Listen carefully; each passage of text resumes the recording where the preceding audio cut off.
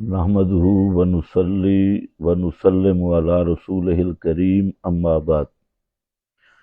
ہم اس وقت تبوک شہر میں موجود ہیں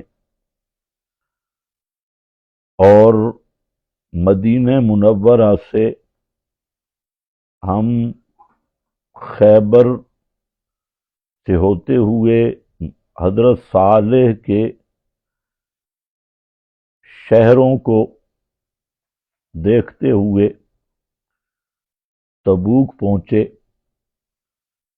اور ابھی کچھ دیر بعد انشاءاللہ تبوک کے اس معروف قلعہ کی طرف جائیں گے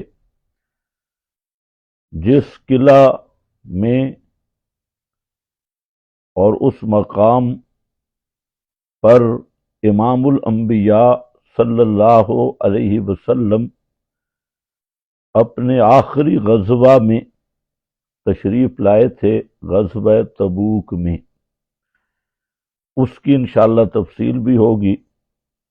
تو بعض احباب کے اصرار اور حکم پر یہاں مختصر نشست ہم نے رکھی کہ یہاں جو حرمین کے علماء ہیں،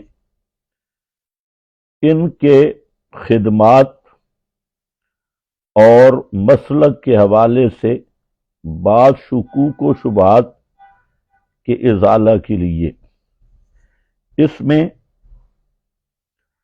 صرف ایک حدیث جو پہلے بھی میں عرض کر چکا ہوں، اور وہ حدیث تقریباً اہل سنت کی طرف منسوب تمام مسالک، مذاہب اور فرق کہ اکابرین نے اپنی اپنی کتابوں میں لکھی ہوئی ہے، حتیٰ کہ احمد رضا خان جو بریلوی مکتبہ فکر کے امام ہیں اور اعلی حضرت ہیں، انہوں نے بھی فتاوی رضویہ میں اس حدیث کو لکھا ہوا ہے، اور ساتھ یہ بھی لکھا ہے کہ پیر بننے کے لیے کچھ شرائط ہیں۔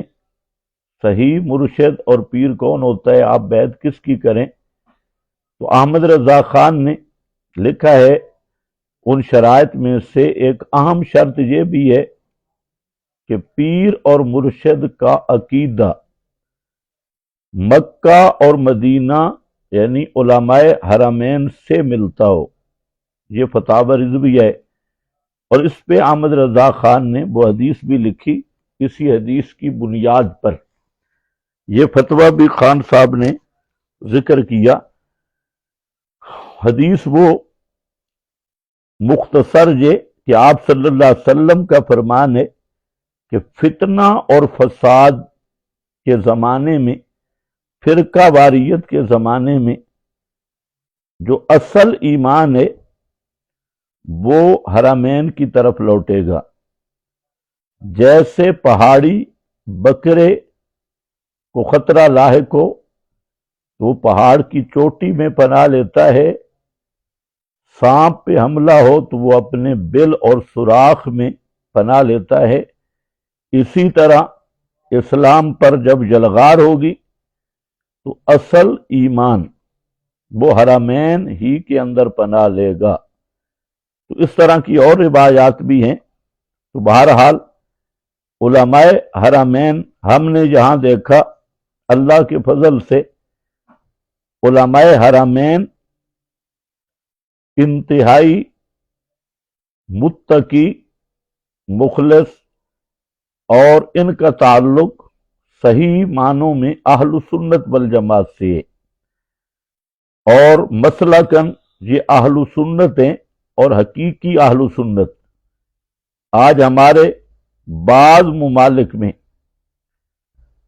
کچھ لوگوں نے اپنے آپ کو سنی اور اہل سنت کہلوایا ہوا ہے، لیکن ان کے اعمال سب بدعی ہیں، اور خود بھی کہتے ہیں کہ یہ بدعات حسنہ ہیں۔ انہوں نے اذان میں تحریف کی، نام بدعت حسنہ رکھا، عیدوں میں تحریف کی، اپنی طرف سے عیدیں ایجاد کی، نام بدعت حسنہ رکھا۔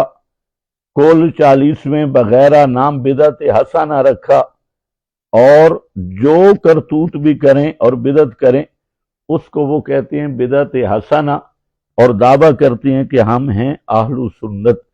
تو ان دوستوں سے بھی گزارش یہ ہے کہ یا تو بدعات ترک کر دیں یا اہل سنت کا لیبل چھوڑ دیں اور اپنے آپ کے ساتھ اہل بدعت حسنہ کا سٹیکر بنوائیں، تاکہ پتہ چلے کہ تم سونے بدعتی ہو، خیستہ اور اچھے بدعتی۔ تو علماء حرمین اللہ تعالی ان کی حفاظت فرمائے اور اللہ تعالی ان سے دین کی خدمت لے۔ یہاں مکہ اور مدینہ آ کر توحید کے منظر دیکھ کر اور علماء حرمین کی خدمات دیکھ کر دل خوش ہوا۔ اللہ تعالی حرمین کی حفاظت فرمائے اور حرمین کے علماء کی حفاظت فرمائے، خصوصاً مغربی جلغار، مغربی تہذیب اور کفریہ سازشوں سے اللہ تعالیٰ ان مواحدین کی حفاظت فرمائے، اور اللہ تعالیٰ ہمارا اور ان سب کا حامی و ناصر ہو۔ اب جو آپ حضرات کے سوال ہیں وہ آپ کر سکتے ہیں۔ بسم اللہ الرحمن الرحیم۔ یہ پہلا سوال ہے جی، محمد بن عبد الوہاب نجدی کون تھے اور اکابرین دیوبند ان کے خلاف کیوں تھے؟ یہ اہم سوال ہے۔ محمد بن عبد الوہاب النجدی یہ اپنے وقت کے مجدد تھے اور امام المجاہدین تھے۔ ان کو بعض اسلام دشمن، دین دشمن قوتوں نے بدنام کیا، اور محمد بن عبد الوہاب الشیخ مسلکن حنبلی تھے اور توحید و سنت میں راسخ تھے، مضبوط تھے۔ تسلب فی التوحید اور تسلب مذہبی ان کا اصل جرم تھا کہ یہ توحید و سنت میں بہت زیادہ مضبوط تھے، اور یہاں بعض متصوفہ اور شریف مکہ وغیرہ نے جو بدعات پھیلا رکھی تھی حرمین میں، تو انہوں نے جہاد فی سبیل اللہ کیا اور حرمین شریفین کو بدعات، رسومات اور شرکیات سے پاک کیا ہے۔ اور درخت کی پہچان پھل سے ہوتی ہے۔ آج اگر توحید و سنت آپ پورے سعودی عرب میں اتنے وسیع رقبوں پہ عرابیوں سے بھی ملے ہیں، دیہاتوں میں بھی گئے ہیں، تو اللہ کے فضل سے وہ سب مواحد ملے ہیں۔ تو یہ محمد بن عبد الوہاب اپنے زمانے کے مجدد تھے، مواحد، متبع سنت، مجاہد عالم تھے۔ اللہ تعالیٰ ان پہ اپنی خصوصی رحمتوں کی بارش نازل فرمائے۔ جی، علماء دیوبند کا جو مسئلہ ہے، اکابرین دیوبند، تو یہاں ایک بات ذہن میں رکھنا ہے کہ اکابرین دیوبند کو محمد بن عبد الوہاب کے متعلق خبریں صحیح نہیں ملی۔ تو جب صحیح خبر نہیں ملی، پراپاگنڈا ملا، زہر آلود پراپاگنڈا، تو بعض اکابرین دیوبند نے اور علماء دیوبند نے محمد بن عبد الوہاب کے خلاف لکھا۔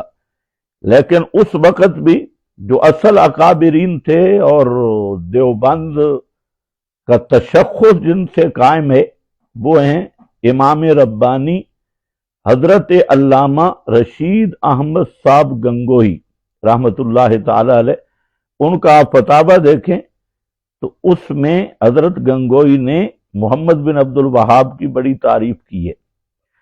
البتہ شہاب ثاقب، مولانا مدنی صاحب رحمہ اللہ اور المہند، اس میں محمد بن عبد الوہاب اور اس کے متبعین کو خوب گالیاں نکالی گئی ہیں اور خوب غصہ نکالا گیا ہے، اور المہند میں تو خوارج قرار دیا گیا ہے، لیکن جہاں تک المہند کا تعلق ہے تو وہ نہ کوئی مستقل کتاب ہے، نہ اس کا کوئی عقائد علماء دیوبند سے تعلق ہے، وہ تو چند شر پسند عناصر نے ایک سازش کے تحت اس کو اکابر دیوبند کا عقیدہ قرار دیا ہے۔ اور یہ ایک قابل تحقیق بات ہے کہ المہند کا ثبوت ہی کہیں نہیں۔ جو موجودہ المہند ہے اس میں کئی تبدیلیاں ہوئیں، اور اصل میں یہ خط تھا مولانا سہارنپوری رحمہ اللہ نے جس کا جواب دیا، جس کی اصل کسی کے پاس بھی دریافت نہیں ہو سکی۔ تو یہ ایک مستقل تفصیل ہے۔ تو اگلی بات یہ ہے کہ جب علماء دیوبند کو محمد بن عبد الوہاب کی شخصیت کے متعلق صحیح معلومات حاصل ہوئیں تو ایک رسالہ ہے جو شیخ الحدیث مولانا محمد زکریا صاحب رحمہ اللہ نے شائع کروایا، اور دیوبند کے ترجمان امام المناظرین حضرت مولانا محمد منظور نعمانی رحمت اللہ تعالی علیہ نے لکھا، اور اس وقت کے اکابر کی تصدیقات ہیں کہ محمد بن عبد الوہاب اور علماء دیوبند، تو اس طرح کا وہ رسالہ ہے۔ تو اس میں انہوں نے بڑی تحقیق کے ساتھ یہ ثابت کیا کہ جن علماء دیوبند نے الشیخ محمد بن عبد الوہاب کے خلاف لکھا یا کہا وہ سب رجوع کیا گیا، اور اسے رجوع سمجھا جائے وہ غلط فہمی کی بنیاد پہ تھا، تحقیق کی بنیاد پہ نہیں تھا۔ جی دوسرا سوال ہے جی، علماء حرمین کا مسلک کیا ہے؟ علماء حرمین کا جو اصل مسلک ہے یہ حنبلی فقہ سے تعلق رکھتے ہیں، مسلکن حنبلی ہیں، امام احمد بن حنبل کے مقلد ہیں۔ جی تیسرا سوال ہے، مسئلہ حیات النبی اور سماع عند القبر استشفاء کے بارے میں ان کا کیا نظریہ ہے؟ ماشاءاللہ، بہت عام سوال ہے۔ جہاں تک مسئلہ حیات النبی کی بات ہے تو ان کی تحریراً ہماری تقریباً 25 سے زائد حنبلی علماء سے ملاقات ہوئی، ہم نے خود ان سے پوچھا، اور ان کے جو موجودہ فتاوی جات ہیں ان میں فتاوی علماء بلد الحرام چھپ چکا ہے، فتاوی اللجنہ یہ بھی کئی جلدوں میں ہے، چھپ چکا ہے، اسی طرح فتاوی اسلامیہ، اسی طرح شیخ خان بادشاہ جو محقق علی الاطلاق اور وقت کے امام ذہبی ہیں، خان بادشاہ قطر میں ہیں، ابھی تک زندہ ہیں، اللہ ان کو شفائے کاملہ عطا فرمائے، انہوں نے ایک استفتاء کیا جو فتاوی مکہ کے نام پر موجود ہے، ان سے پوچھا مسئلہ حیات النبی بھی اور استشفاء اور سماع عند القبر بھی، تو فریقین کا نظریہ لکھا، ایک اشاعت التوحید و سنہ کا اور ایک جو ہمارے مذہب مقابل اہل بدعت ہیں ان کا، تو وہ اس میں بھی اور یہ 6 فتاوی میں الحمدللہ علماء حرمین کا حیات النبی کے متعلق بالکل وہی نظریہ ہے جو اشاعت التوحید و سنہ کا ہے، اور سماع عند القبر کے متعلق بھی ان کا وہی نظریہ ہے جو اشاعت التوحید و سنہ کا ہے۔ البتہ ایک بات ہے کہ اب بعض غیر مقلد لوگ حرمین میں وہ مختلف ڈیوٹیوں پہ ہیں، اور یہ تھوڑا سا تبدیلی آ رہی ہے، اور جو غیر مقلد ہیں وہ تو عام مردوں کے بھی سماع کے قائل ہیں، تو یہ بات تو صاف ہے، لیکن جو حنبلی علماء محققین ہیں جیسے فتاوی علماء بلد الحرام، اور پچھلی دفعہ تو ہماری کافی ان کے علماء سے گفتگو بھی ہوئی، حتیٰ کہ ان کے جو اہم علماء ہیں اس دفعہ بھی انشاءاللہ ابھی اگر ہمیں موقع ملا تو ان کے علماء سے آپ حضرات کی بھی ملاقات کرائیں گے براہ راست۔ تو ان کا جو اصل نظریہ ہے وہ اشاعت التوحید و سنہ، اور ان کا عقیدہ حیات النبی اور سماع عند القبر کے متعلق ایک ہے۔ البتہ استشفاء میں یہ لوگ جو نبی کریم علیہ السلام کی قبر سے سفارش طلب کرنے کا قائل ہے، تو یہ حضرات ان کو مشرک سمجھتے ہیں اور قطعی طور پہ کافر سمجھتے ہیں. ان کے اکثر علماء کا یہی نظریہ ہے. اللہ تعالی ہمیں اس شرک سے محفوظ رکھے. علماء حرمین دعا بعد الفرائض کیوں نہیں کرتے؟ ماشاء اللہ. بھائی یہاں بات سمجھے، ہمارے پاکستان میں تو یہ مسئلہ بڑا جھگڑے والا بنا ہوا ہے، اور ہم بھی اس جرم میں ہمیں بھی لوگوں نے بہت بدنام کیا. الحمدللہ. دعا بعد الفرائض کا مسئلہ سمجھے. دعا بعد الفرائض بحیات اجتماعیہ مروجہ جو ہمارے ملک میں موجود ہے، اور اس رواج کی بھی کئی صورتیں ہیں، اس کا التزام یہ خالص بدعت ہے. اب اس میں کسی کا اختلاف نہیں ہے. بعض ہمارے دوست اور بھائی وہ صرف ضد میں ہیں، اور ضد کا علاج تو نہیں ہے. تو بہرحال پھر میں لفظ کہہ رہا ہوں کہ فرائض کے بعد اجتماعی بحیات قضائیہ جس صورت میں مانگی جا رہی ہے مروجہ دعا، اس کا التزام بالکل بدعت ہے، اور اس میں میرا خیال اختلاف نہیں ہونا چاہیے. بعض علماء اگر اختلاف کر رہے ہیں تو ان کی یا ضد ہے یا نہ سمجھی ہے. اور یہ صرف علماء حرمین نہیں. اچھا، مزے کی ایک اور بات ہے کہ آپ دیکھیں کہ اگر پاکستان میں فرائض کے بعد کوئی اجتماعی دعا بحیات مخصوصہ نہ کرے تو لوگ اس پر اعتراض کرتے ہیں، اور جناب یہ تو دعا کا ہی منکر ہے، یہ تو دعا بھی نہیں کرتا، آگے سے جی ہمارے مشائخ کا طریقہ، اکابر کا طریقہ. لیکن تعجب کی بات یہ ہے کہ یہاں دونوں مرکز مکہ میں بھی مدینہ میں بھی فرائض کے بعد اجتماعی دعا نہیں ہوتی. یہاں وہ لوگ آ کر اعتراض نہیں کرتے. اگر ہم نہ کریں تو ہم پہ تو بڑے فتوے لگتے ہیں اور بڑے تشدد کا.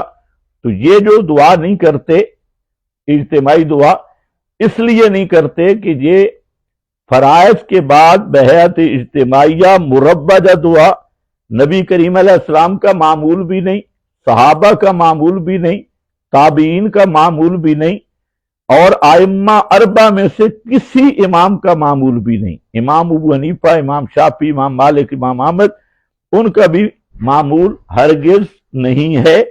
تو اس سے کسی کو غلط فہمی نہ ہو. فی نفس ہی دعا پر بات نہیں ہو رہی. دعا مروجہ اجتماعیہ جو ہمارے پاکستان میں ہمارے خطیبوں اور اماموں کا ٹھیکہ ہے، جمعے کے دن گھنٹہ گھنٹہ جہری دعائیں التزاماً، اسی طرح ہر نماز کے بعد اجتماعی دعا. تو یہ صرف علماء حرمین نہیں، امام شاطبی رحمہ اللہ نے الاعتصام میں 2 مقام پہ مفصل گفتگو کی ہے کہ یہ فرائض کے بعد اجتماعی دعا یہ بدعت ہے. اسی طرح علامہ انور شاہ صاحب کاشمیری رحمہ اللہ جو ہمارے اکابر کے بھی بڑے حضرت ہیں، استاد ہیں، علامہ انور شاہ صاحب رحمہ اللہ نے بھی یہی بات کی. مولانا یوسف بن نوری انہوں نے بھی یہی بات کی.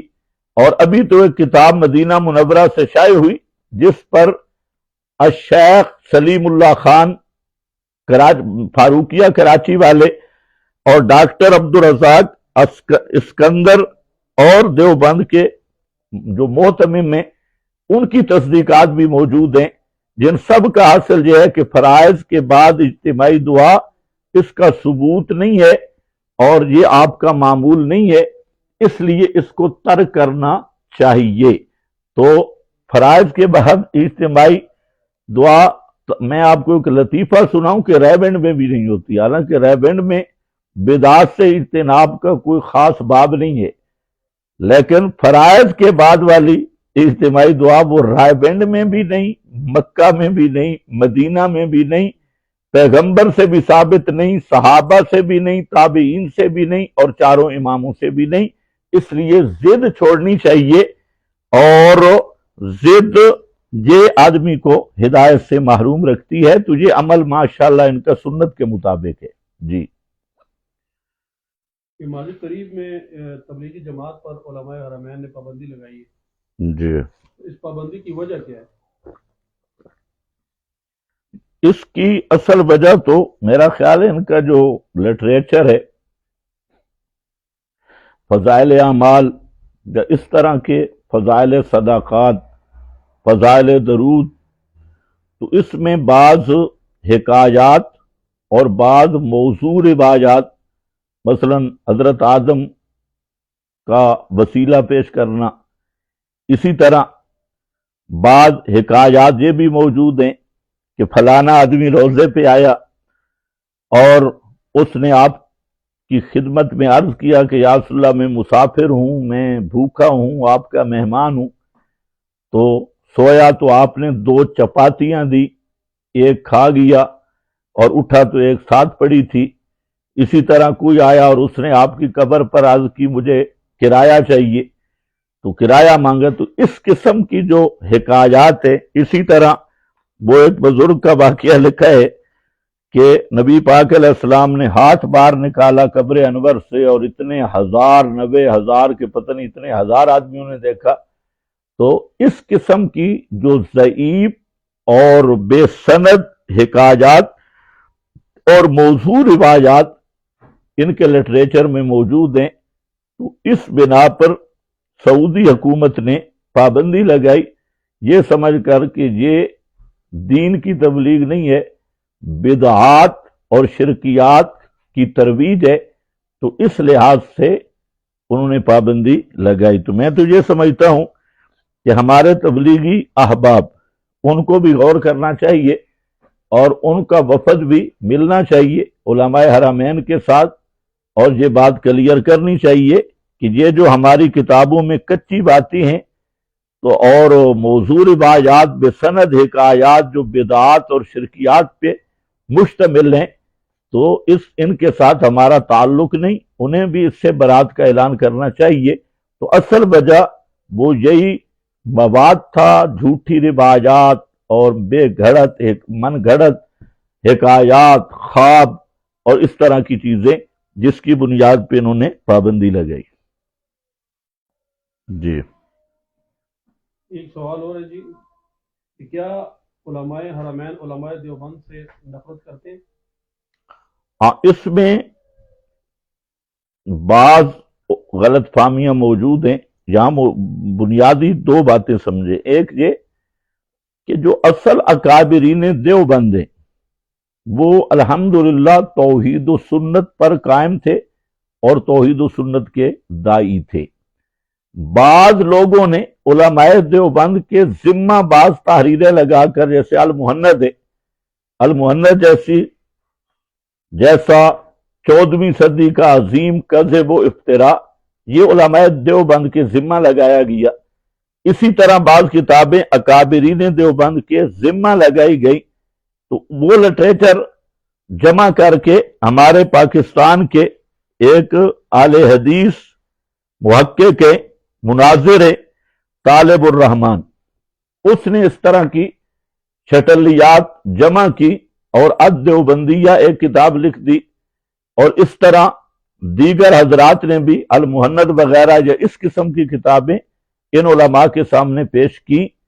تو جیسے علماء دیوبند کو کسی زمانے میں الشیخ محمد بن عبد الوہاب نجدی رحمت اللہ تعالی علیہ کے متعلق شکوک و شبہات ہوئے تھے، اسی طرح موجودہ وقت میں علماء حرمین کو علماء دیوبند پر شکوک و شبہات ہیں، اور انشاءاللہ ہماری کوشش ہے کہ ان کے ائمہ سے، اب بھی ہم نے کوشش کی ہے ریاض، لیکن دیکھیں گے ٹائم بچتا ہے، تو ان کے جو بڑے علماء ہیں ان سے مل کے ہم یہ صاف کریں گے مسئلہ کہ علماء دیوبند کا شرکیات اور بدعات سے تعلق نہیں ہے، اور انہیں جو خبر دی گئی ہے وہ خبر صحیح نہیں۔ تو اصل وجہ یہی ہے، یہاں بعض دیوبندی علماء کو بھی مساجد سے نکالا گیا، اور علماء دیوبند سے اب نفرت کے آثار واضح ہو رہے ہیں، اور اس کی اصل وجہ یہ ہے کہ جو دیوبندیت کے ترجمان بنے ہوئے ہیں اور وہ دیوبندیت کو بریلویت کے رنگ میں پیش کر رہے ہیں، اور علماء دیوبند کے ذمہ بدعات اور شرکیات والے عقیدے لگا رہے ہیں، تو یہ اصل ذمہ دار وہ ہیں۔ ضرورت اس امر کی ہے کہ اکابرین جو موجود ہیں اس وقت انہیں بھی علماء حرمین سے ملنا چاہیے اور دیوبندیت کے چہرے کو صاف کر کے پیش کرنا چاہیے، نہ کہ بدعت اور شرک کے داغ نما بدنما دھبوں کے ساتھ جو لوگ پیش کر رہے ہیں۔ تو اگر صحیح صورتحال علماء حرمین کے سامنے آئے تو یہ قدردان لوگ ہیں، انشاءاللہ وہ علماء دیوبند کی بہت قدر کریں گے۔ علماء حرمین بعض تاریخی آثار کو مٹا دیتے ہیں، کیا یہ شریعت کا حکم ہے؟ میرا خیال ہے علماء حرمین تو یہ کام نہیں کرتے ہوں گے۔ یہاں دو باتیں ہیں، ایک ہے علماء حرمین اور ایک ہے منتظمین حرمین، دونوں کا فرق ہے۔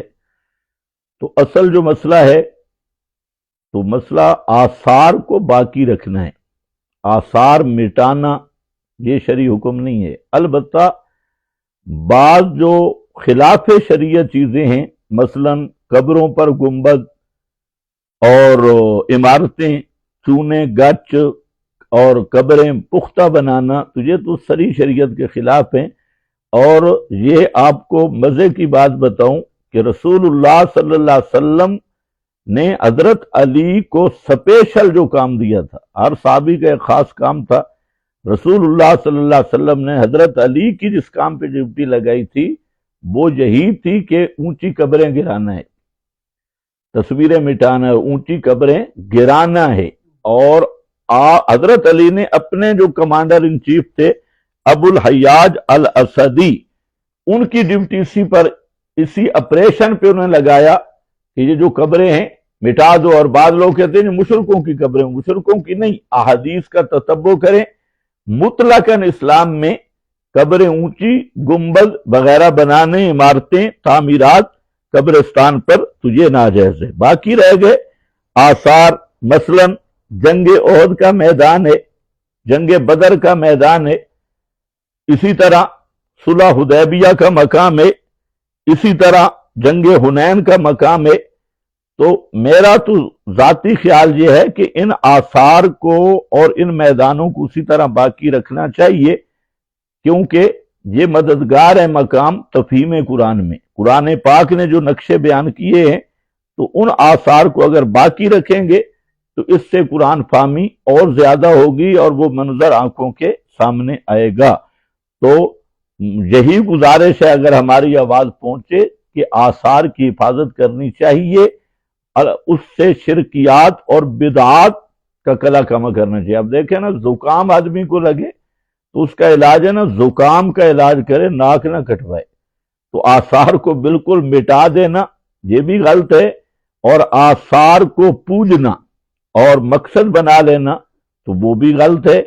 تو اگر یہ کام ہو رہا ہے تو ہمارے پاکستانیوں کے غلوب، پاکستانی تو میں نے لفظ کہا، بنگلہ دیش دیکھ لے، یہ جو برے صغیر کے شرک زدہ اور بدعت زدہ رسمی مسلمان ہیں، ہم نے خود دیکھا کہ انہیں کعبے میں مزہ نہیں آتا، انہیں مسجد نبوی میں مزہ نہیں آئے گا، انہیں مزہ آتا ہے پتھر چومنے میں، چاٹنے میں، اور اردا گرد جو آثار دیکھیں گے وہاں پر گریں گے، وہاں پر نفلیں پڑھیں گے، وہاں پر تبرک حاصل کریں گے، وہاں پر چومے چاٹیں گے، سجدے کریں گے، منتے منوتیاں، اور یہ تو کعبہ میں بھی پوچھتے پھرتے ہیں کہ یہ کس بابے کا دربار ہے۔